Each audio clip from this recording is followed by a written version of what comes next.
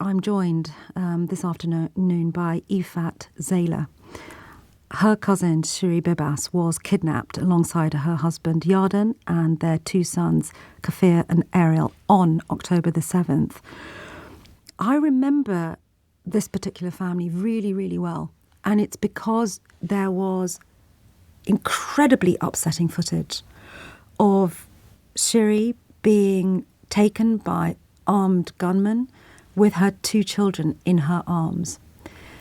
You'll remember them. They had that beautiful, bright red hair.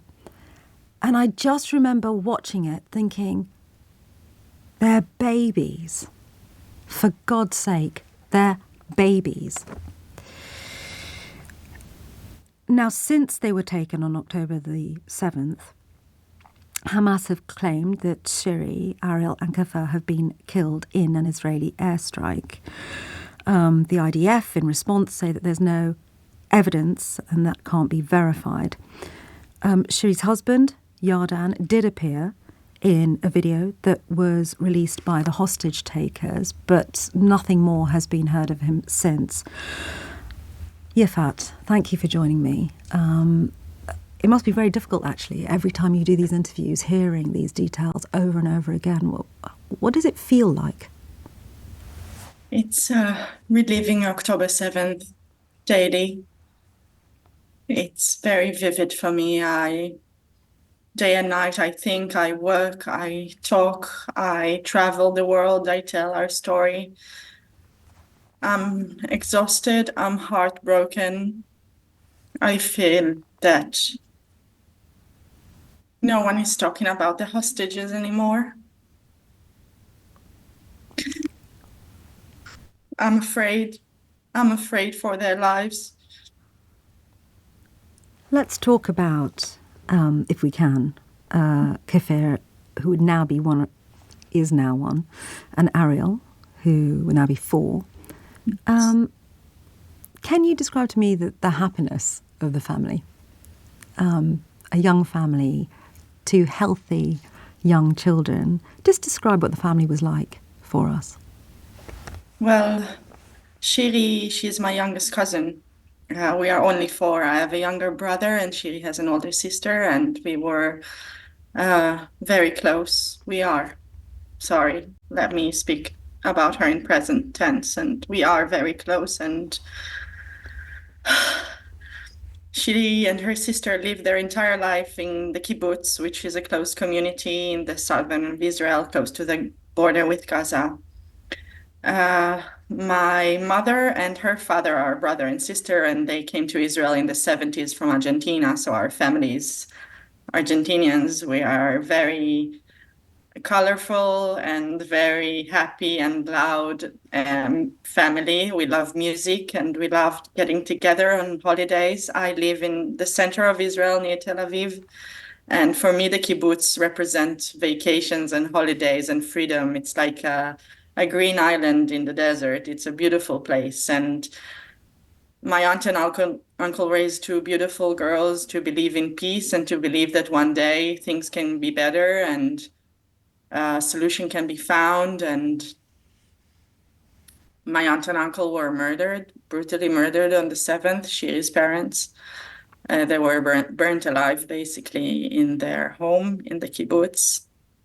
Shiri was an amazing mother. She is an amazing mother. She was a kindergarten teacher. She loves children, and becoming a mom was her biggest dream. And those two little redhead boys really were the life of the party. Ariel is a boy that you can't miss in a group of children. He's very energetic. He loves to climb. He loves tractors. He adores Batman. He has like millions of dolls of him. And Kfir was such a joyful... It's really hard to talk about a 9-month-old, you know. We still need to have a lot of memories from him. It's Yarden is such a beautiful father. He's so anxious on a normal day, about his two boys, about Ariel falling down. So I can only imagine being separated from them on October 7th. And he left the safe room in their home. He gave them a kiss. We know this from hostages that came back. He told them the story. He gave them a kiss and he went outside to protect them with his own body, protecting the love of his life and his two young children, knowing that he's leaving them behind and might be, losing his own to protect them. And he was kidnapped first. And initially, he didn't know that they were kidnapped as well. Only later on, when Hamas told him that they were killed, you can only imagine the shock of a father thinking maybe they were safe back in the kibbutz, hearing such horrible thing.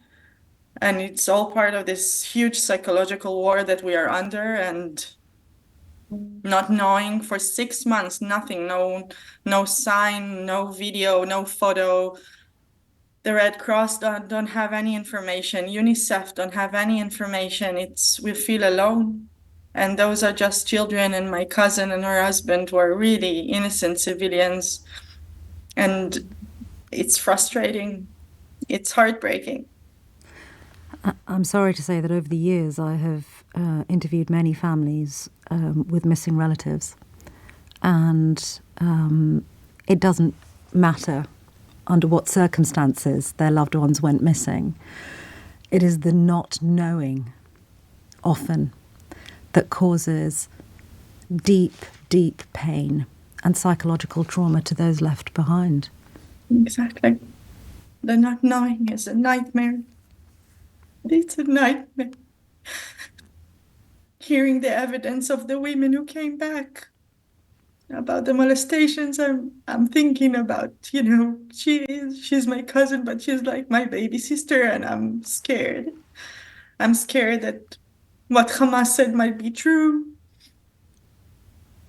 I'm scared, and I really hope that I will get the chance to hold them in my arms again soon, and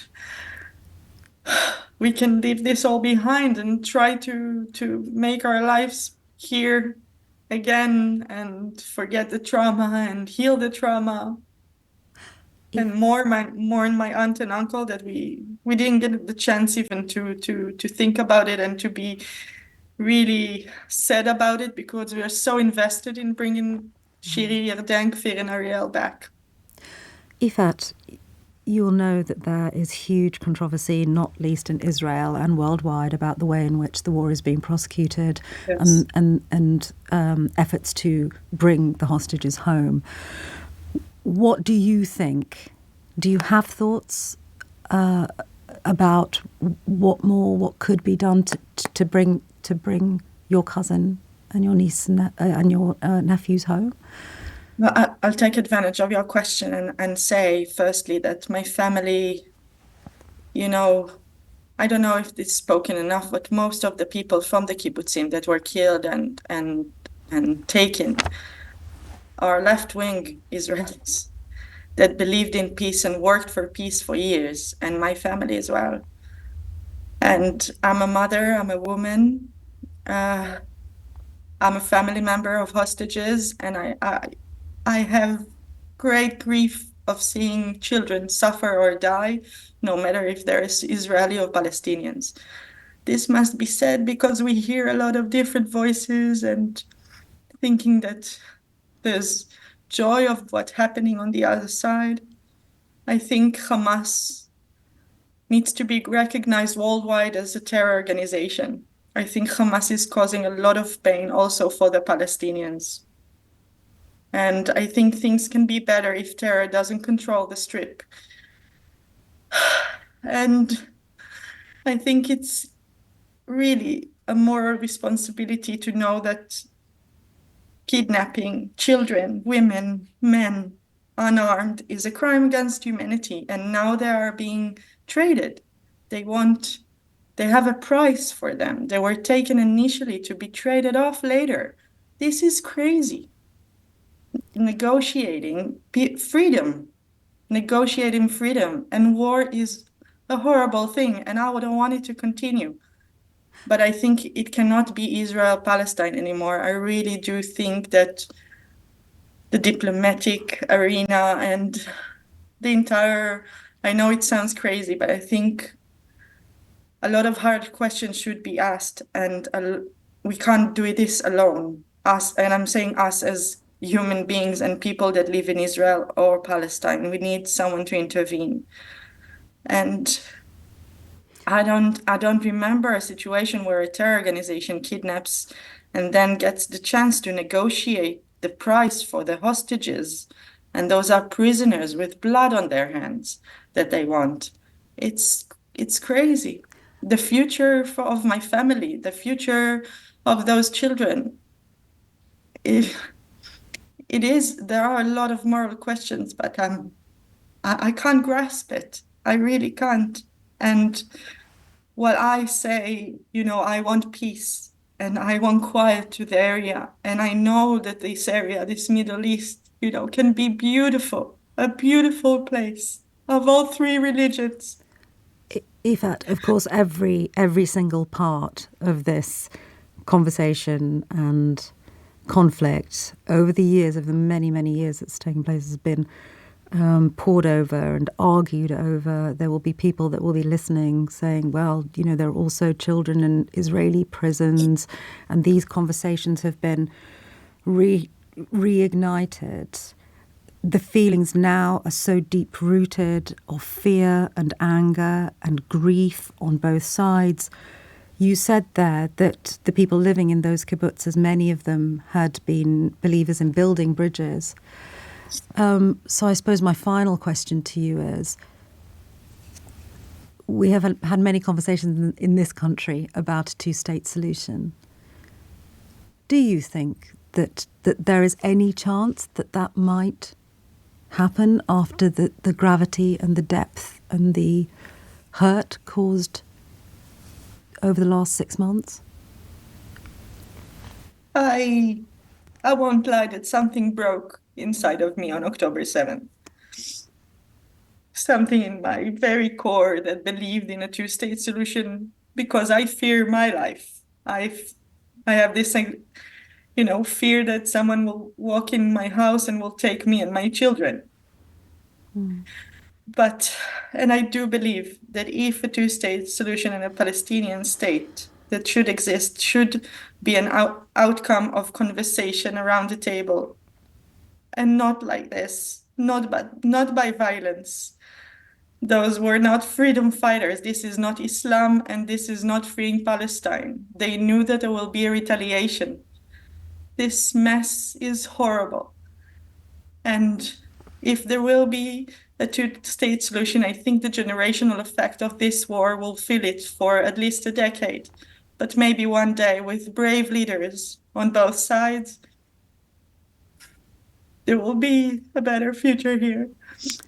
We can only hope. And hopefully I can see my children and Kfir and Ariel can see that and live that without fearing for their lives. Yifat Zailer, I'm going to leave it there. I hope you're okay. Are you all right there? Yeah. I hope someone's with you. Is that right? Yeah. Okay, good.